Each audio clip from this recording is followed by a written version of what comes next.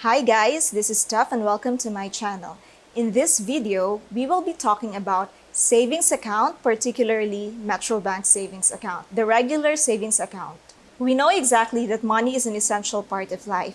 That's why in this modern age, I think it is also very relevant if we have our own savings account because it really makes life easier and very convenient siya to use.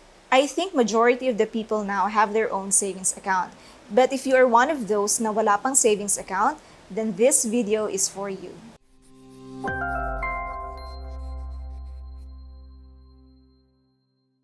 Let us structure this video by first discussing why I love Metrobank. Second, let us discuss the requirements when you open a savings account in Metrobank. And then we will discuss what is the regular savings account of Metrobank all about. And then lastly, we will discuss the processes and how you can open your savings account. So first and foremost, why do I love Metrobank? So actually guys, I do have 4 savings account in Metrobank. Like I have 4.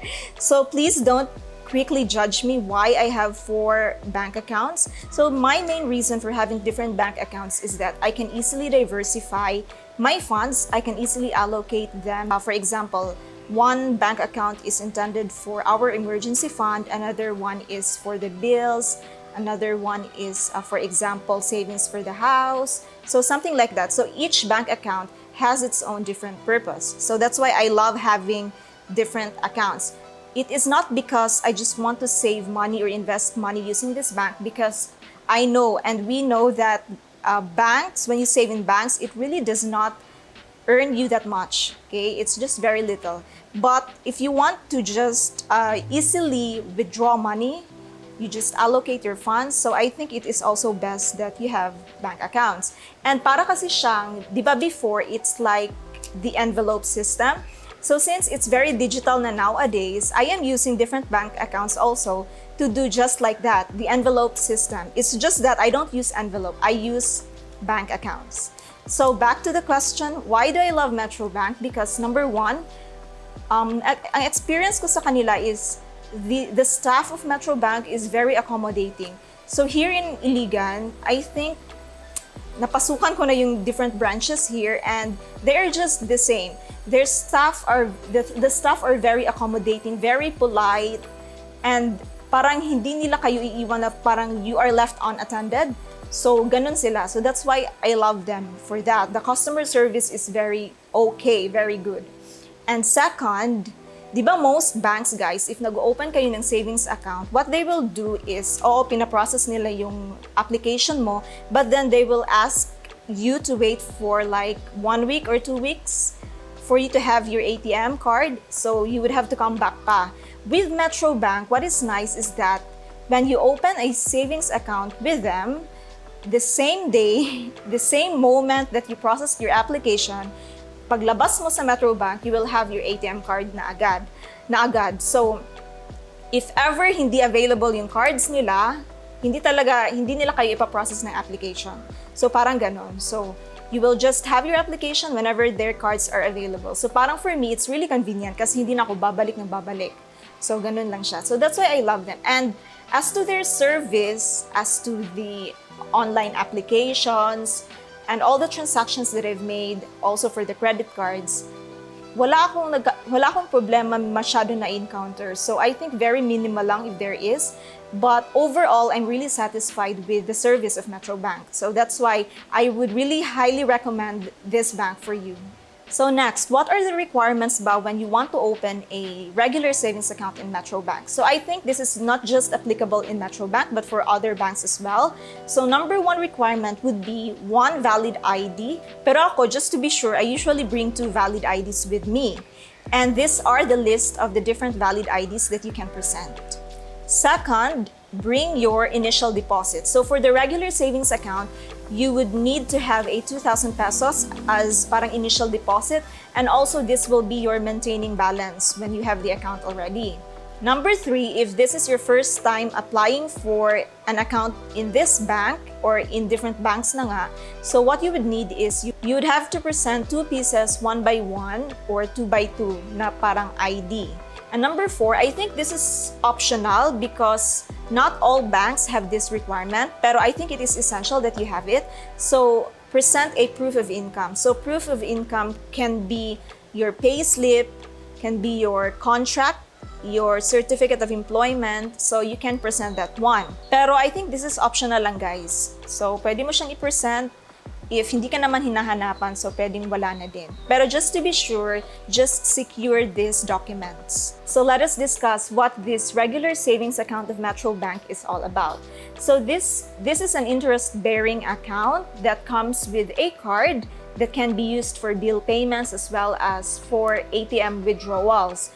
So this savings account, the initial deposit is 2,000 pesos and it earns interest of 0.0625% if you reach parang the balance is 10,000. If your balance is 10,000 pesos and above, so it will earn interest. However, if parang yung balance mo, remember that there is a maintaining balance also of 2,000 pesos for this. And if you fall below this amount, this will charge parang 300 pesos. So just be mindful na hindi bababa yung balance mo below 2,000 pesos. Also guys, if you know this already, if you are checking your statement of accounts, your parang online accounts, you would notice that there are times na merong withholding taxes as well as the interest. So usually this comes parang ang iba quarterly, ang iba naman monthly. So, makikita mo sa statement of account mo na merong interest. You earn interest by saving money from the banks, in the banks, and you will also be charged of withholding taxes, which is 20%. So, wag ka nang ma-shock, okay? So, that is part of life. Hindi ka ninanakawan ng bangkos. So, taxes are parang inevitable na in this life. So, you just have to accept it. So, I think you just need to be aware na merong ganyan para hindi tayo palaging nag-rant na kinukunan ako ng pera ng bangko without knowing na meron pala talagang withholding taxes. So, that is 20% with this regular savings account. And hindi lang Metrobank ang nag-charge ng withholding taxes, all the bank accounts. So let us now discuss the processes when you open a regular savings account in Metrobank. So pwede siya guys ha, whether you are a student, a freelancer, a regular employee, you can open a savings account. Also provided na dala mo yung mga documents. You have the documents. So number one, you go to the bank and then make sure that you have all the requirements. It is also better if you have already a photocopy of your ID. So para hindi na siya hassle na lalabas ka pa ng bangko and then magpa-photocopy ka and then balik ulit. So para straight na yung processes, just have the photocopy of your ID. And then second process is, pag pumunta ka sa bangko, sabihan mo talaga yung guard na you would open an account kasi hindi the same yung pila for the deposits and all dun sa new accounts. So, punta ka sa new account section ng bangko, sabihan mo yung guard para hindi kayo doon masali sa mataas na pila, mataas na queue sa mga nagdi-deposit and all. Usually, parang hindi naman mahaba yung pila sa new accounts. So, make sure lang talaga na i-inform mo yung staff or yung guard na doon ka pupunta. And then, if nakarating ka na doon sa new account section, so tell the staff na mag-open ka ng regular savings account ng bangko. So, be specific. And then present your documents, present your requirements. So what would happen after presentation of these documents or requirements, the staff would tell you to fill out an application form. So in that portion, mag-fill out ka lang ng info mo, basta nandun lang siya. Actually, masa-search mo din yung parang application form ng Metrobank online. So I think I can give a link below para easier na lang, para pagpunta mo sa bank is you can just present the application form. And after filling out the application form, you would just have to wait for the staff na ma-finish niyang i-encode yung information mo. So usually kasi, on my experience, parang wala pa silang online na application sa Metrobank. So usually you present your you would have to fill out your application pa dun sa bangko and then the staff would encode. I don't know for other branches, but that is my experience when I opened my savings account with them. So after the staff encoded all the information na nandun sa application mo, what she will do is magsasign ka ng documents, magsasign ka ng different documents, and then you will have parang specimen signatures, parang may form na 3 specimen signatures is required for you to have. And then after everything, so mag-wait ka na lang for the release of your ATM card. So parang na-close agad yung purpose mo, di ba? So paglabas mo ng bangko, meron ka na agad na ATM card na dala.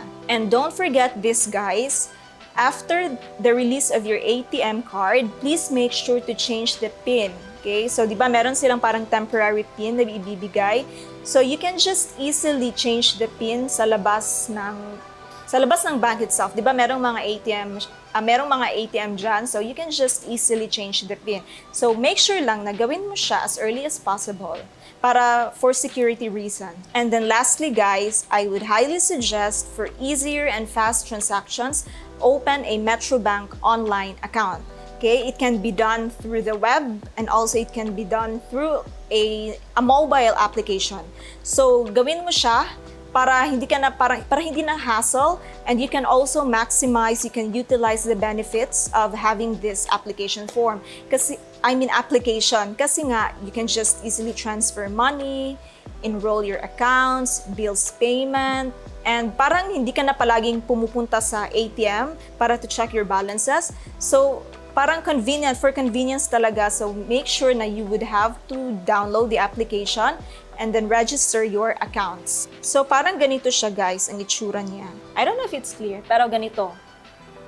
It's the Metrobank application. Pwede din siya sa web, actually. But do not worry, because in my next video, I will discuss everything that you need to know about Metrobank Online, how you can efficiently and effectively use it to your advantage. So that's it, guys. I hope you learned something about the processes of opening a savings account. I would highly recommend that you open one savings account at least, and I would highly recommend that you choose Metrobank as your bank. So please watch out for my next videos about Metrobank Online. Lastly, please do not forget to like this video, subscribe to this channel, and share this to your friends. See you in my next video. Bye!